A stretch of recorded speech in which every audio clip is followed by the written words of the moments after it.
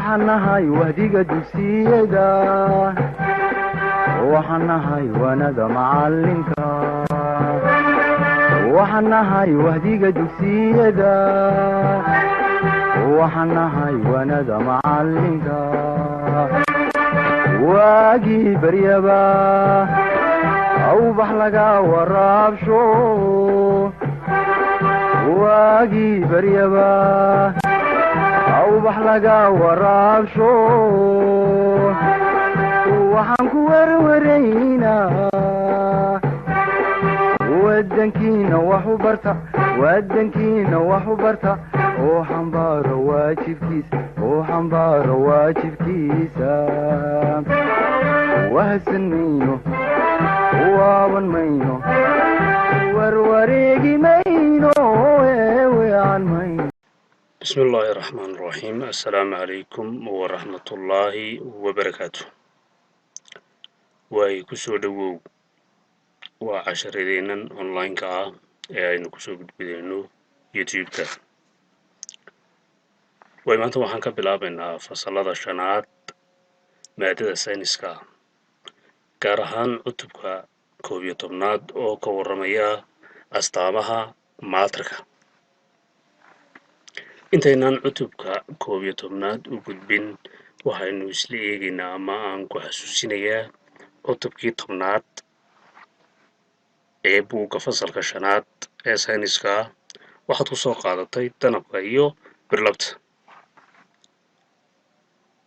waxaana cutubka 10aad ee danabka iyo birlabta kusii hoos jiray walxaa danabka leh iyo walxaha gudbiya danabka ama walxaha gudbiya laydhka, mareegta laydhka. waxaa kalood ku soo qaadatay mareegta danabka ee sahlan. waxaa kalood ku soo qaadatay khataraha uu leeyahay danabku iyo weliba danabka roobka. maanta haddaba waxaan halkan ku qaadanaynaa astaamaha maatarka oo ah cutubka 11aad ee buugga fasalka 5aad ee maadada sayniska. cutubkan waxaad ku baran doontaan 4 waxyaabood oo waaweyn baad ku baran doontaa, inaga oo soo kookoobayna. markaa cutubka gudihiisa waxaad ku baran doontaa iwaan hoosaadkiisa xaaladda maatarka, xaaladda uu ku sugan yahay maatarku. 2 saddexda weji ee maatarka, saddexda weji ee uu leeyahay ama ay leeyihiin maatarku. aragtida saxarka ee maatarka, maadaama uu yahay maatarku saxarka ugu yar ee waxa weeyaan maadaama uu maatarku yahay walxahan inagu xeeran. aragtida saxarka ee maatarka. 4 isbedelada duleed iyo kuwa kiimikaad, isbedelada duleed iyo kuwa kiimikaad.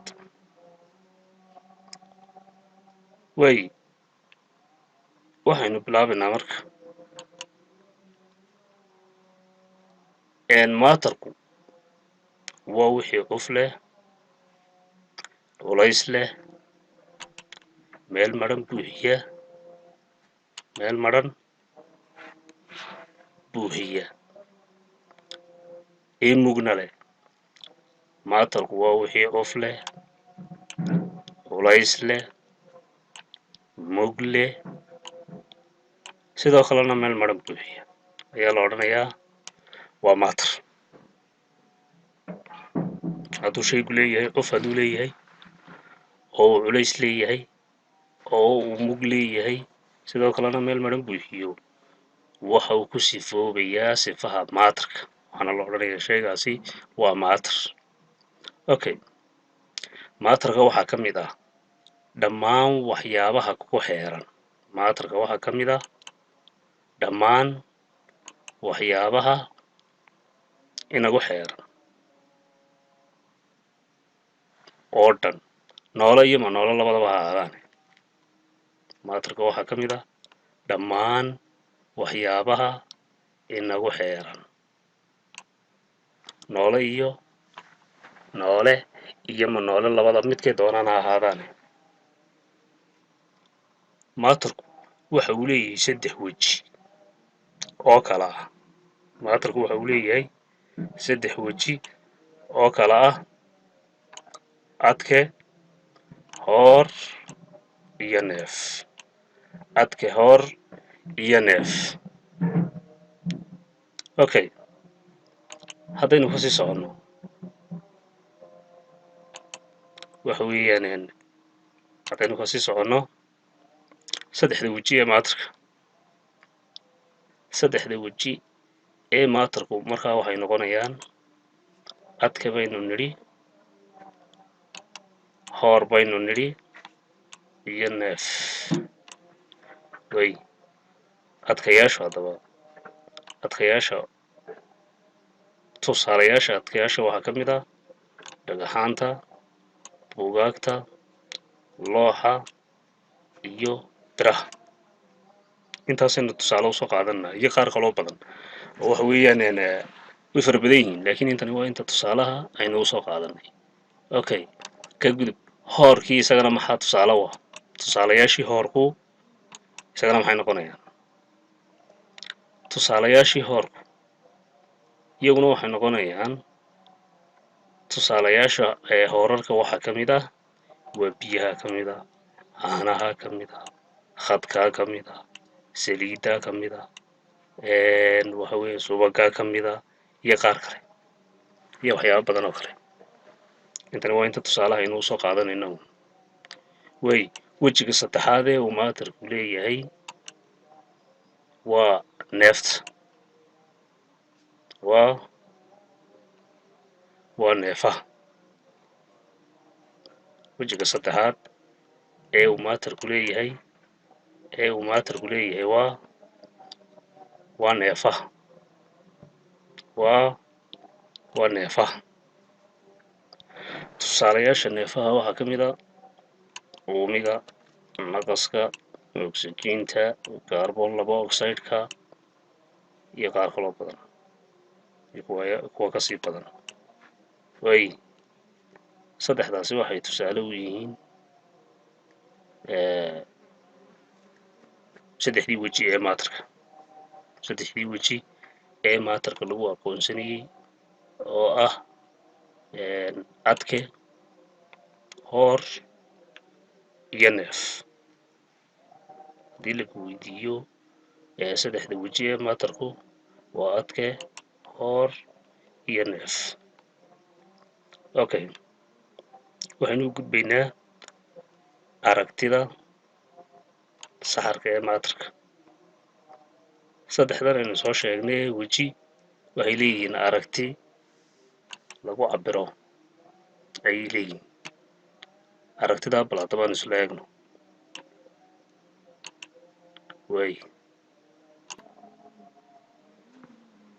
way ardayay aragtida saxarka ee maatarku aragtidan saxarka ee maatarku waxay caddaynaysaa in maatarku uu ka kooban yahay walxo yaryar oo fara badan kuwaasi oo la yidhaaho saxaro tusaale ahaan adkaha iyo hoorka iyo neefuhu saxarada ay ka kooban yihiin ama walxaha yaryar ee ay ka kooban yihiin isku mid maaha waana sababta ay ku kala duwan yihiin adkaha hoorka iyo neeftu bal sawirkan hoose aad ugu fiirso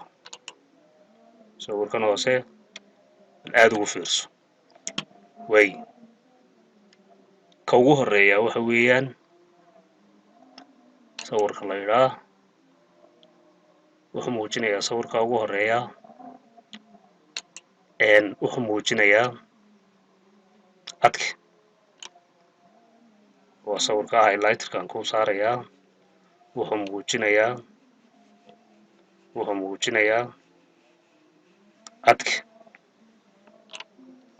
adka ayuu muujinayaa way adkahaasi saxaradiisu aad ayay isugu dhadhow yihiin adkahaasi saxaradiisu aad ayay isugu dhadhow yihiin oo la mid maaha ka neefaha la mid maaha ka neefaha waxa weeyaan ka halkaa ku jira kaan ku highlight gareeyin calaamadda bluega ku saaray waxa weeyaan waa adkihii waa adkihii saxaradiisu markaa aad ayay isugu dhadhow yihiin waana sababta adkanimada ugu wacan shaygan inuu adka yahay waxa caddaynaya saxaradiisa uu ka samaysan yahay ayaa aad isugu dhadhow u fiirso hadda bal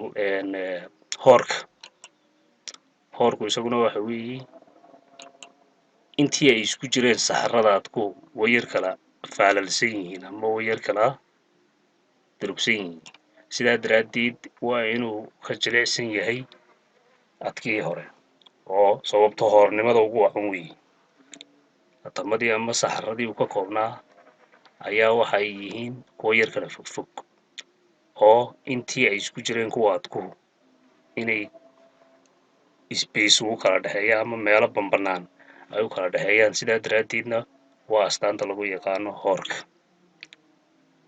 bal u fiirso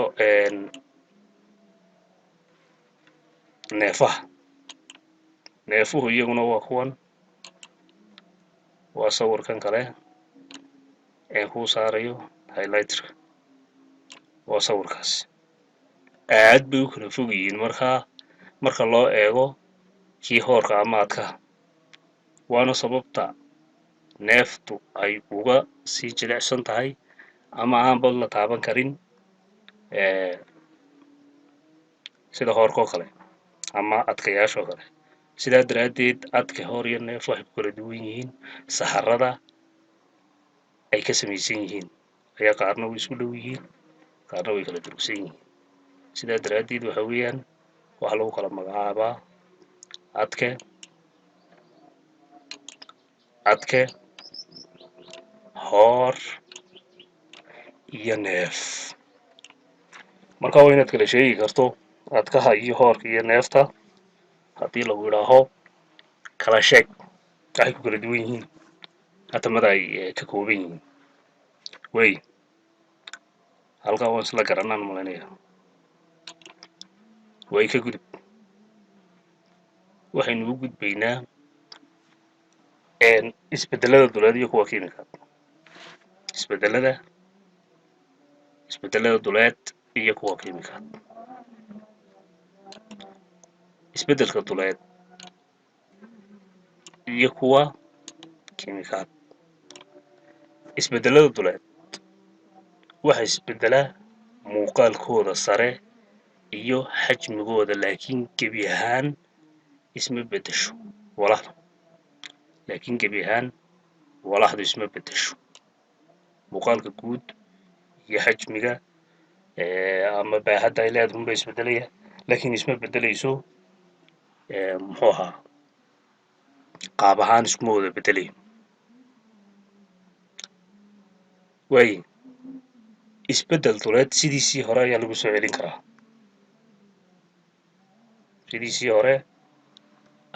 celin karaa tusaale sawirka aad halkan ku arkayso ayaa tusaale fiican inoogu ah isbeddelka duleed waxaan soo qaadanay loox faashna waynu soo qaadanay ama gudin sidaad u taqaano gudin ama waxa weeyaan faash ama waxa lagu kala gooyo muxuaha looxa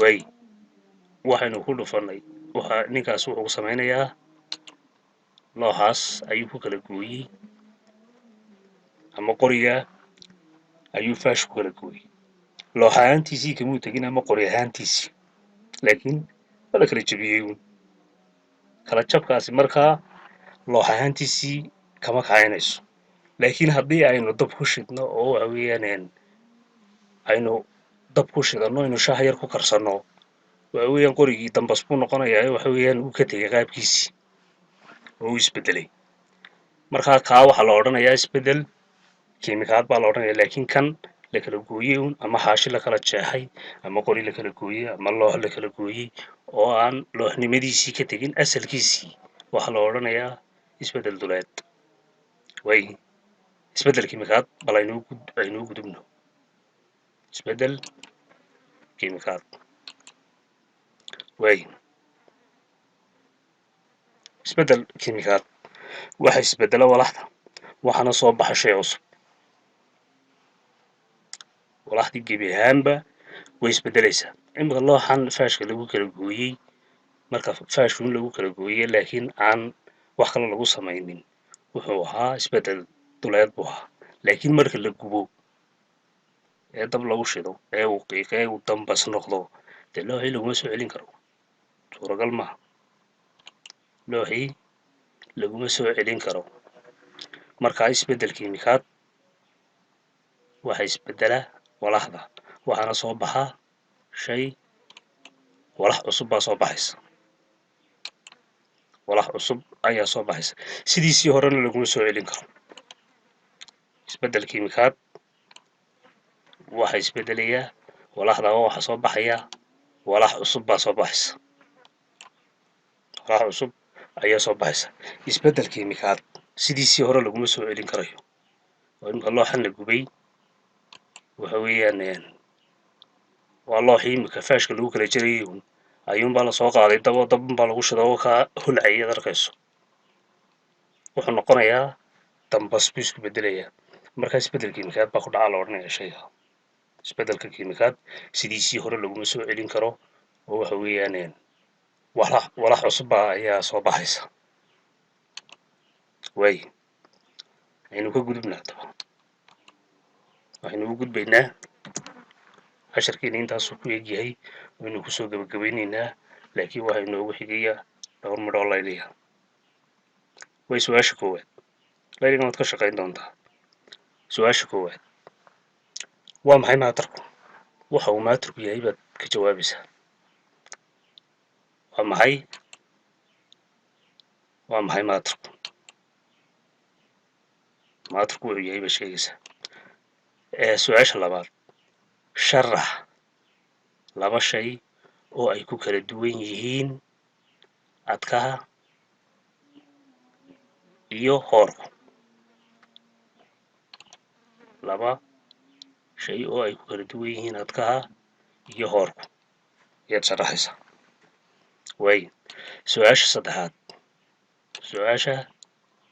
saddexaad isbarbar dhig. su-aasha saddexaad waxay odhanaysaa isbarbar dhig isbeddel duleed iyo isbeddel kiimikaad. bal waxay isdheer yihiin iyo waxay ku kala duwan yihiin baad isbarbar dhigaysaa. waay su-aasha afraad waa goobaad gelinaysaa iyada goobo ayaad gelinaysaa. sorry waxa weeyaan waxaad qoraysaa qor 4 shay oo adka ah. 4 shay oo adka ah. 4 shay oo adka ah. qor 4 shay oo hoora. qor 4 shay oo neef ah. adkaha waxaad ka qoraysaa 4 shay baad ka qoraysaa. hoorkana waxaad ka qoraysaa 4 shay oo hoora. agtaaday ka buuxaan. agtaada ayay ka buuxaan. 4 shay baad iyagana ka qoraysaa. neefahana waxaad ka qoraysaa 4 shay. way su-aasha shanaad sawir ku muuji aragtida saxarka ee maatarka. sawir ku muuji aragtida saxarka ama aragtida saxar ee maatarka. sawir baad ku muujinaysaa halkaa lagu baneeyey ayaad kaga soo shaqaynaysaa. wasalaamu calaykum wabilaahi towfiiq.